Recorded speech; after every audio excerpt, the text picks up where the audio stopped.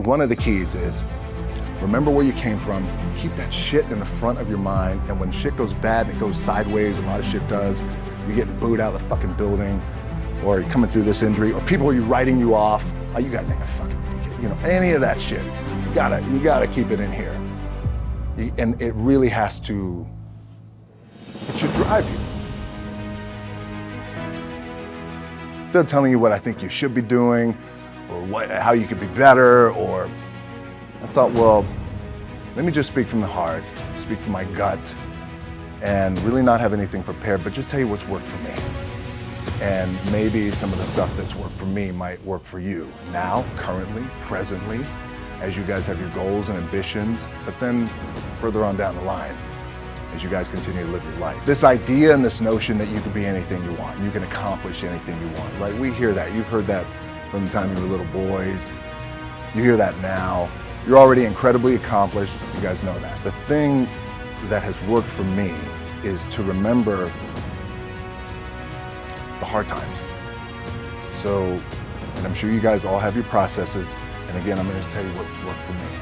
So before a big movie comes out, before, back in the days when I was wrestling with WWE, a WrestleMania match, anything big that would happen, I would always take a moment and I'd just remind myself, all right, I was evicted when I was 14.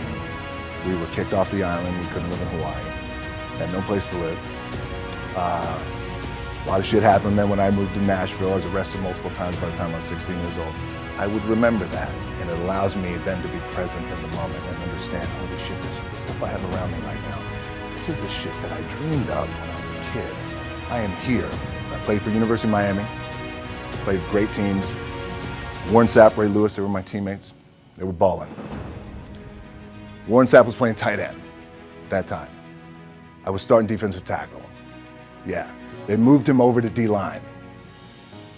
And he looked at me, he's like, yo, dude, I'm gonna take your spot. I said, you ain't taking my fucking spot.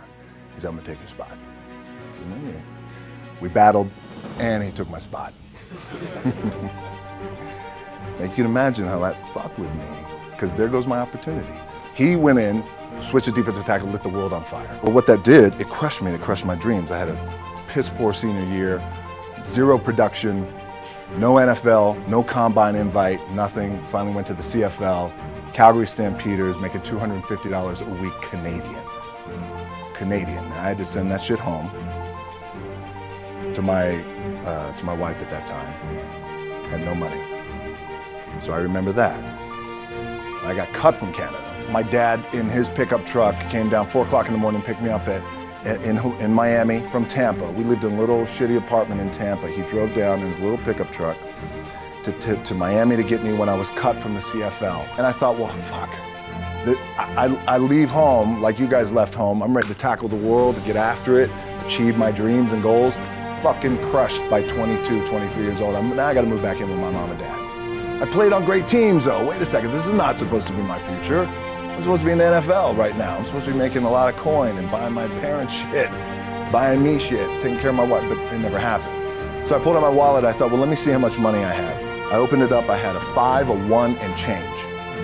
I'm not fucking around, and well, at least I rounded up to $7. But I thought, God, ain't this a bitch? I got $7 in my pocket. Where the fuck do I go now? What do I do?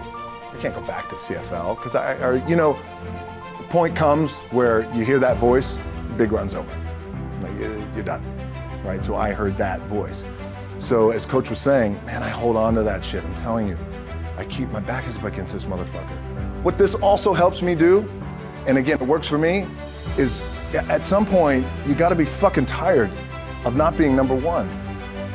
You have to be, and you gotta fucking play angry, and I play angry. Now, I'm cool and calm with my approach, and when I step out on my field, which is a set, or, you know, like, there's some, and you're always gonna have haters, and haters are like, well, damn man, how many movies are you gonna make, or how much shit are you gonna do? Like, you do a lot of shit. I say, yes, it's my ambition.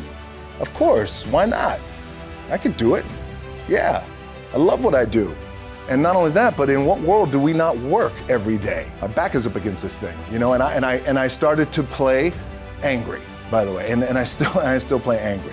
My last match, Brock Lesnar, transitioned, and I realized if I had to be great at something, I wanted to be great in this world of Hollywood and movie making and producing and entertainment, I had to commit, and like you guys have to commit. Obviously, you commit to something, commit to the goal.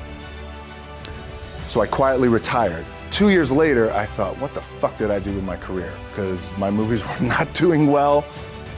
I was written off. I was like, it was around 2006, 2007. I was like, God damn. I left, I pulled a Jim Brown. I left when I was on top, like #1 in the wrestling business, and I left. It was a ballsy, gutsy, some call it stupid move, but I had to commit and I had to follow what was in my gut. I'll share this with you guys, and Will Smith is my boy, and I sat down at that time with the agency I was with, and they said, what do you want to accomplish? I said, I want to accomplish the world. I want the world, and I want Will Smith's career, and I said, and I mean this respectfully because I know he's here at this agency with us, I want to do it bigger and better. And they looked at me like I had 3 fucking heads, and they were like, okay. And I always tell that story, so I always remember that. What helps me is to keep the hard times in the front of my mind, because it allows me to go into these big moments that I've worked my ass off, and you guys have worked your ass off. It allows me to go into these big moments with a different perspective. What it also does for me, and again, this is what works for me. Like, my back is up against this motherfucker. Every day, it's against this fucking wall. And when my back is against this motherfucker, then there's nowhere to go but that way. So every day, my back is up against this motherfucker, and this is how I operate. Now, doesn't mean you don't smile, doesn't mean you don't laugh and joke, right?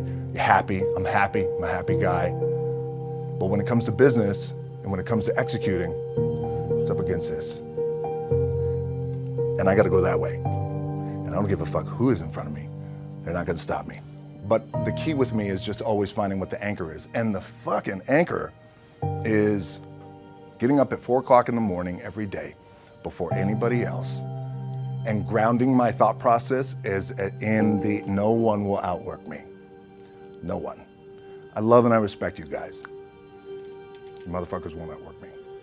My last match in WWE, I'll share this with you guys too, is that, again, because there's a little bit of takeaway here from all this shit, is I wrestled John Cena. And I went in, and I think it was 2013, I went in WWE champion, and we went in MetLife Stadium. We had a record-breaking attendance, which was amazing that night. We accomplished our goal.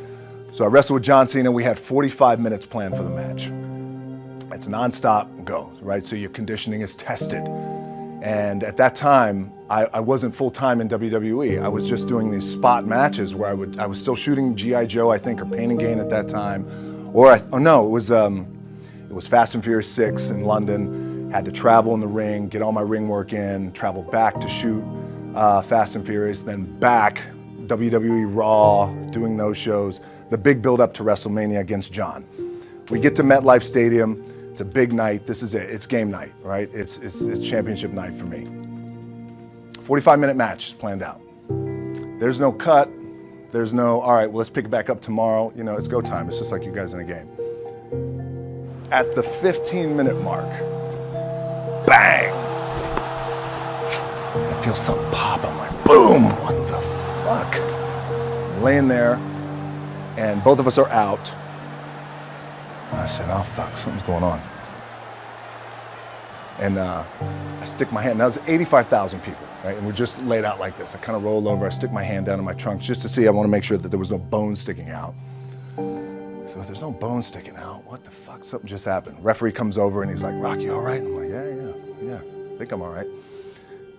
I said, fuck. I get up, I go to step, and I can't step. I can't do this. I have to use my leg like momentum. I gotta do that. So now in that moment, and you guys are gonna have these moments, you probably already had them already, where you're in the game and you're in the thick of things, and you gotta make a decision. What I gotta do? I'm gonna stay in the game, committed to the team, I committed to my team, the whole entire roster. So I could tell the ref says, are you okay? And I have one moment. In this moment, it was a defining moment. I could either tell him, no, I'm done. He'd give the signal, match is over. Or, let's keep going. We have this decision. And I said, no, let's keep going. I said, how much time is left? He's like, 32 minutes. I'm like, fuck, okay. Rest of the whole match, couldn't move, doing everything like this. I'm getting scared because I'm thinking, man, well, what happens if I pinch something or something like, you know, I don't know, your mind starts fucking with you in the moment. There's 85,000 people, your adrenaline's rushing. Thinking, man, what happens if I'm gonna lose my leg or some shit like this, if I've just done something to my artery? Final move of the match is his big finishing move. And I remember I'm getting up and I'm turning like this because I have to fall into him. He's gonna hit me with his big finisher. It's like a massive suplex where I go over his head and fucking slams me down. And I remember turning into John, and he says, and I remember thinking to myself, God, please don't let this be too bad. Just take care of me. Take care of me. Bang! I feel boom! Now I don't know what the fuck just happened. Now luckily the match is over. He pins me, 1, 2, 3. Comes in the back, I get to the back, I can't move. Now I'm getting a little nervous. Get on a jet, rushed home to my doctor's down in Florida, and get an MRI, find out that I have completely torn my adductor, the top of my adductor and my top of my quad off my pelvis. What I was proud of was to walk out on my own, but not only that, but in this fucking moment where the odds are against you, people are watching, your team's depending on you, you either say, I'm done, or this shit, whatever the fuck is going on, it's temporary, and it may fuck me up at some point down the road. But I'm not gonna let this opportunity go by without giving it my all.